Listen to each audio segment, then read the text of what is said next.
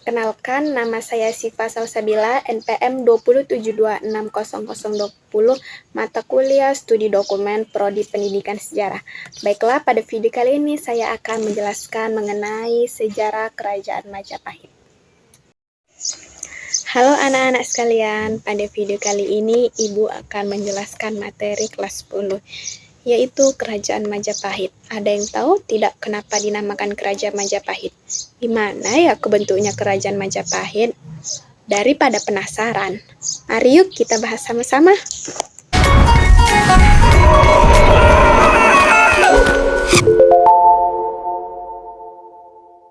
Pembentukan Kerajaan Majapahit sendiri dimulai dari penyerangan Jayakatwang dari Kerajaan Kediri ke Kerajaan Singosari tahun 1029 Masehi.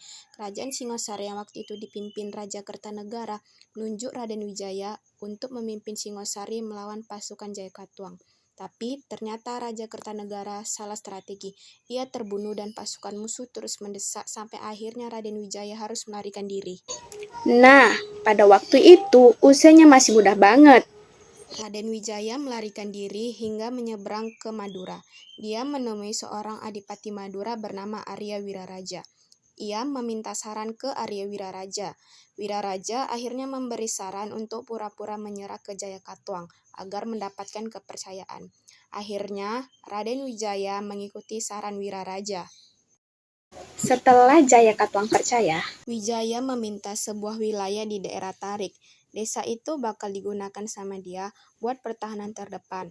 Kalau-kalau Raden Wijaya harus menghadapi musuh yang menyeberang lewat Sungai Berantas.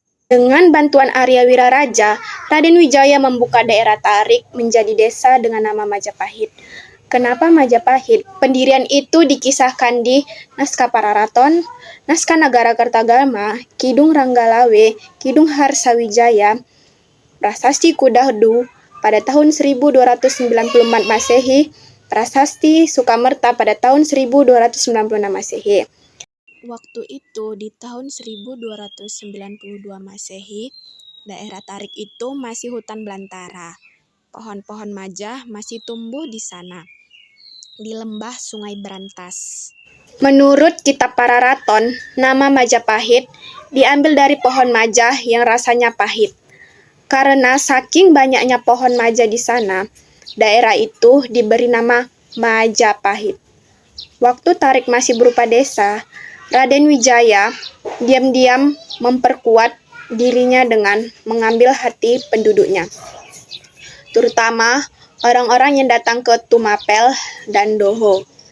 Dia menunggu waktu yang tepat untuk membalas dendam ke Jayakatwang. Kesempatan itu dimanfaatkan Raden Wijaya di tahun 1293 Masehi. Tentara Kubilai Khan datang ke Jawa untuk menghukum Kertanegara karena telah melukai utusan Mongol yang bernama Mengki. Namun Kertanegara telah dihabisi duluan sama Jayakatwang. Akhirnya Wijaya bergabung dengan pasukan Mongol untuk menyerang Doho dan menundukkan Jayakatwang. Dia berjanji akan tunduk dengan pasukan Mongol setelah menaklukkan Jayakatwang. Tapi rencana hanya tinggal rencana. Setelah Jayakatwang berhasil dihancurkan, Raden Wijaya malah menyerang balik dan mengusir Mongol dari Pulau Jawa. Nah, daerah pemberian Jayakatwang ke Raden Wijaya menjadi cikal bakal berdirinya Kerajaan Majapahit yang akhirnya berkembang menjadi kerajaan besar. Pusat Kerajaan Majapahit sendiri diperkirakan di Trowulan, Kota Mojokerto, Jawa Timur. Di sana itu banyak ditemukan bekas-bekas tembok, pondasi, pintu gapura, candi, saluran air, dan kolam. Raja pertama Kerajaan Majapahit ini adalah Raden Wijaya. Dia dinobatkan sebagai raja di tahun 1293 Masehi sampai 1309 Masehi. Di masa pemerintahan Raden Wijaya, ia selalu menghargai orang yang berjasa terhadapnya. Sumber-sumber sejarah tentang Kerajaan Majapahit bisa diperoleh dari kitab Pararaton dan kitab Nagarakertagama. Pararaton sendiri tidak hanya bercerita tentang Kian Arok saja, tapi juga tentang sejarah singkat lahirnya Kerajaan Majapahit. Kalau kitab Negara Kertagama sendiri berisi tentang puisi Jawa kuno yang ditulis di masa keemasan Majapahit. Setelah Raden Wijaya, kekuasaan Majapahit ada di tangan Jayanegara tahun 1309 Masehi sampai 1328 Masehi. Ada yang menarik nih dengan Jayanegara. Dia dinobatkan sebagai raja saat usianya masih 15 tahun. Sesuai dugaan, Jayanegara ini adalah raja yang tidak cakap, bahkan ia dapat julukan Kala Gemet, yang artinya lemah dan jahat. Di masa pemerintahannya sering terjadi pemberontakan. Salah satunya dari penasihat raja yaitu Rakuti. Alhasil seorang Bayangkara, pasukan pengawal raja bernama Gajah Mada, berhasil menyelamatkan Jayanegara ke sebuah desa bernama Badander. Namun sayang, akhirnya Jayanegara tetap meninggal di tangan seorang tabib yang bernama Tanca yang menaruh dendam ke Jayanegara. Kira-kira siapa yang menjadi pengganti Jayanegara? Penggantinya adalah seorang perempuan, karena Jayanegara tidak memiliki anak. Ia digantikan oleh Gayatri atau Bre Kahuripan atau Tribuana Tunggadewi tahun 1328 sampai 1330 Masehi. Meskipun Tribuana Tunggadewi memerintah selama 22 tahun, masa pemerintahannya juga tidak berjalan mulus. Tepatnya tahun 1331 Masehi, 3 tahun setelah pemerintahannya, terjadi pemberontakan di Sadeng dan Ketah, wilayah Besuki, Jawa Timur. Pemberontakan ini lagi-lagi berhasil diatasi oleh Gajah Mada. Nah, atas jasanya ini, akhirnya ia diangkat sebagai Mahapati Hamengkubumi di tahun 1336 Masehi. Nah, di saat pengangkatannya ini, dia bersumpah mengucapkan sumpah yang sangat terkenal, yaitu Sumpah Palapa. Intinya adalah Gajah Mada tidak akan bersenang-senang sebelum menyatukan Nusantara. Sepeninggalan Gayatri di tahun 1350 Masehi, ia digantikan oleh anaknya yang bernama Hayam Wuruk tahun 1350 sampai 1389 Masehi. Di masa pemerintahan Hayam Wuruk, Majapahit mencapai puncak kejayaan. Bahkan luas kekuasaannya mencapai ke beberapa negara lain di Asia Tenggara. Mungkin ini berkat Sumpah Palapa Gajah Mada. Selain itu, karya sastra mengalami kemajuan yang pesat.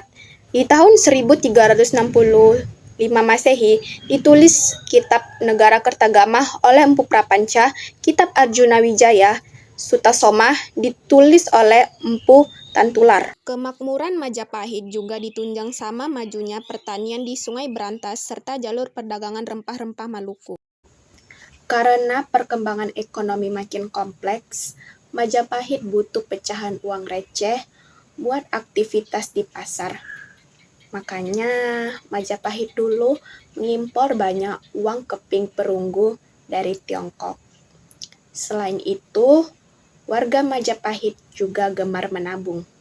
Walaupun waktu itu Hayam Wuruk berhasil mencapai kejayaan, tapi di tahun 1357 Masehi terjadi Perang Bubat, perang antara Kerajaan Pajajaran dan Kerajaan Majapahit.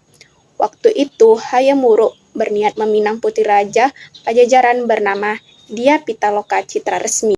Di tahun 1357, rombongan Kerajaan Pajajaran beserta keluarga dan pengawalnya bertolak ke Majapahit mengantar sang putri.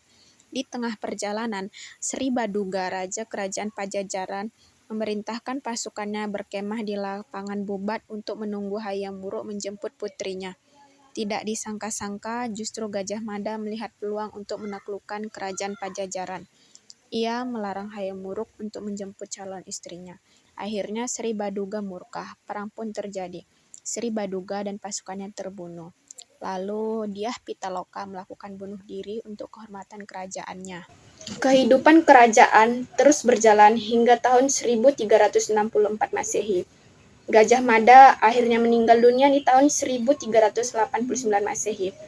Hayam Wuruk pun wafat. Sejak kepergian mereka, kerajaan Majapahit berangsur-angsur melemah.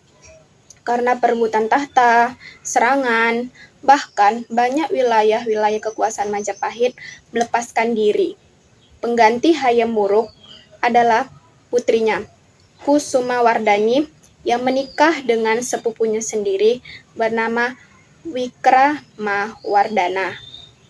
Tahun 1405 sampai 1406 Masehi terjadilah perebutan tahta antara Wirabumi dan Wikramawardhana yang dikenal dengan Perang Parekrek. Sebenarnya Wirabumi sudah diberi kekuasaan sebagai raja di wilayah Belambangan, tapi ia menuntut hak atas Majapahit. Dalam perang tersebut, Wirabumi ditangkap dan dipancung. Wikramawardhana sendiri meninggal di tahun 1429 Masehi. Dan tahta kepemimpinan digantikan oleh Dewi Suhita, anak Wirabumi. Kemudian tahun 1444 Masehi, Dewi Suhita meninggal dan digantikan oleh Dia Kertawijaya. Hingga tahun 1456 Masehi, Majapahit diperintah oleh Breh Wengker. Setelah itu dipimpin oleh Breh Ranawijaya atau Brawijaya. Hingga Majapahit dikuasai oleh Kerajaan Demak. Intinya, kerajaan sebesar Majapahit ini bisa mengalami keruntuhan karena berbagai hal. Pertama, kurangnya kaderisasi orang-orang yang bisa memegang pemerintahan. Kedua, terjadinya perang saudara yang memperebutkan kekuasaan. Yang ketiga, banyak daerah bawahan yang melepaskan diri. Yang keempat, mundurnya perekonomian dan perdagangan. Yang kelima, masuknya pengaruh Islam ke wilayah Jawa. Oke anak-anak sekalian, pada video kali ini kita telah belajar tentang Kerajaan Majapahit. Pertama, kita telah belajar tentang awal terbentuknya Kerajaan Majapahit yang awalnya berupa sebuah hutan belantara di Desa Tarik, yang kemudian menjadi kerajaan besar yang bernama Majapahit. Yang kedua, kita telah belajar tentang kehidupan politik Kerajaan Majapahit dari awal terbentuknya, Sumpah Palapa, dan masa keemasan Majapahit. Yang terakhir, kita telah belajar tentang masa kemunduran Kerajaan Majapahit yang disebabkan oleh beberapa hal.